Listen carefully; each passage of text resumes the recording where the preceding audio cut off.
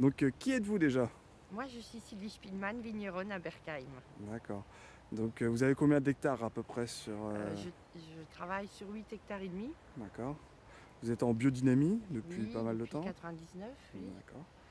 Et donc, nous sommes sur quelle parcelle, sur quelle crue là? Alors ici, on est sur le Grand Cru Kanzlerberg. D'accord. Donc vous avez, c'est le plus petit lieu-dit Grand Cru en surface en Alsace. Mhm. Il fait 3 hectares 4 et on est 3 vignerons à faire produire ce vin, le D'accord. Grand Cru Kanzlerberg. D'accord. Et il est exceptionnel. Tant déjà à l'exposition, il est sur une roche très spéciale, Mhm. sur un calcaire avec des inclusions de fluorine et de barytine qui a été silicifié. Donc vraiment une roche très dure, d'où la pente très abrupte, Mhm. parce que c'est un terroir qui s'érode difficilement, Mhm. parce que le sous-sol, la roche est vraiment très très dure. D'accord. Donc, quel type de vin on va avoir alors, si on peut synthétiser en Alors pour général? le Kansenberg, on a vraiment c'est un vin qui est tenu par une colonne, une vertébrale une belle acidité, assez large, qui emplit toute la bouche. Il a besoin de temps pour que cette acidité soit plus souple, plus ronde, parce qu'il est austère jeune. Mais après, on a une très grande fraîcheur en fin de bouche. C'est Hmm. vraiment la spécialité du Kanzmer, c'est très long en finale de bouche. Et c'est des très grands vins de garde. C'est des vins qu'il faudrait attendre au moins 4-5 ans pour commencer à les goûter. On les apprécie vraiment à partir de 8-10 ans. Mais c'est des vins merveilleux au bout de 20 ans, encore 25 ans. J'ai des cuvées que je sors régulièrement et qui donnent du frisson. Bon, on va goûter un de vos vins alors. Oui, Allons-y. ça va vraiment être bien. Donc, qu'est-ce que vous nous faites goûter là? Alors là, je fais goûter le Grand Cru Kanzlerberg 2004. Donc c'est 100% Riesling. Et donc il vient de ces vignes-là que vous voyez.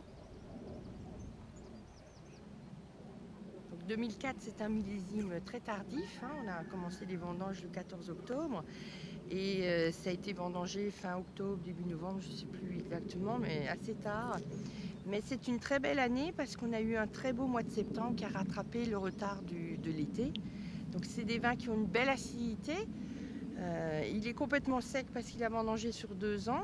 Et il a fermenté sur 2 ans. On n'a pas vendangé sur 2 ans, mais il a fermenté en foudre pendant 2 ans. Il est complètement sec. Et au nez, on a un peu des notes de fumée.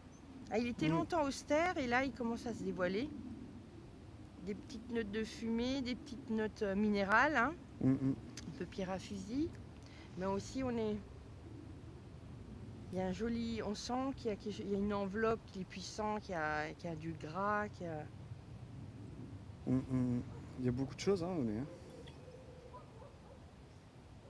Peut-être la minéralité qui ressort un petit peu après Oui, dans on le a deuxième une nez. Ouais. minéralité, oui, on a ce côté un peu pierre à fusil, un petit peu.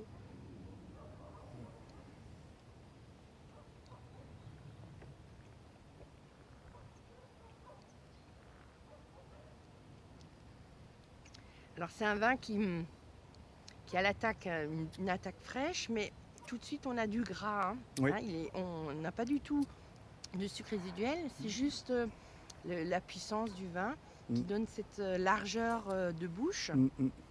Et en finale, quand on a avalé, on garde cette fraîcheur, on a un beau goût, un peu de frais. Ça va très bien avec les grands poissons. Ouais. C'est vraiment un vin de poisson. Et puis il y a une belle, ouais, c'est vrai que la fraîcheur, on a deux étapes en fait en bouche.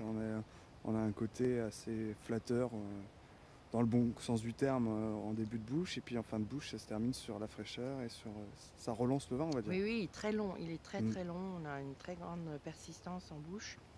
Et, et justement, c'est un très grand vin de gastronomie parce que justement, on a cette, ça rince la bouche, Mm. ça met en appétit pour la Mm, mm. prochaine bouchée. C'est vraiment un grand vin Et puis c'est de plein, table. c'est plein d'arômes aussi, c'est sympa. Ouais. Oui, on a même une petite épice en finale de bouche. On a un joli gras et on a un peu des arômes, un peu ce côté un peu frais. On a certaines années, alors il y a des années un peu plus ou moins, des petites arômes de fenouil, d'anis un petit peu, mais aussi un peu d'herbes aromatiques. C'est assez frais. On a des notes souvent de fleurs blanches et de tilleul. Mhm. Mais voilà, après ça dépend. On est aussi en base de fruits, on est plutôt sur le pamplemousse que sur le citron, sur le Kaiserberg. Mhm. Hein, quand on les goûte jeunes dans l'année, dans le fût, on est vraiment sur le pamplemousse confit. Alors après, ça dépend des années. Hein. Par exemple, 2005, qui est plus confit, on goûte, on garde cet arôme-là qui est persistant. Une année froide comme 2004, on a plutôt le pamplemousse jeune, mais après qui va évoluer vers le côté un peu fenouillé, anisé. Mais tout en délicatesse, hein. On a vraiment une variété d'arômes.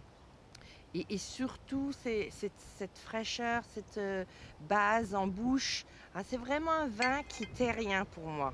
Hein, par rapport à d'autres terroirs de Berkheim, on goûte le vin vraiment en bas de la bouche et en finale de bouche. C'est vraiment un vin qui est ancré dans la terre. On voit qu'il y a la minéralité qui apporte cette vibration dans la bouche qui est vraiment superbe.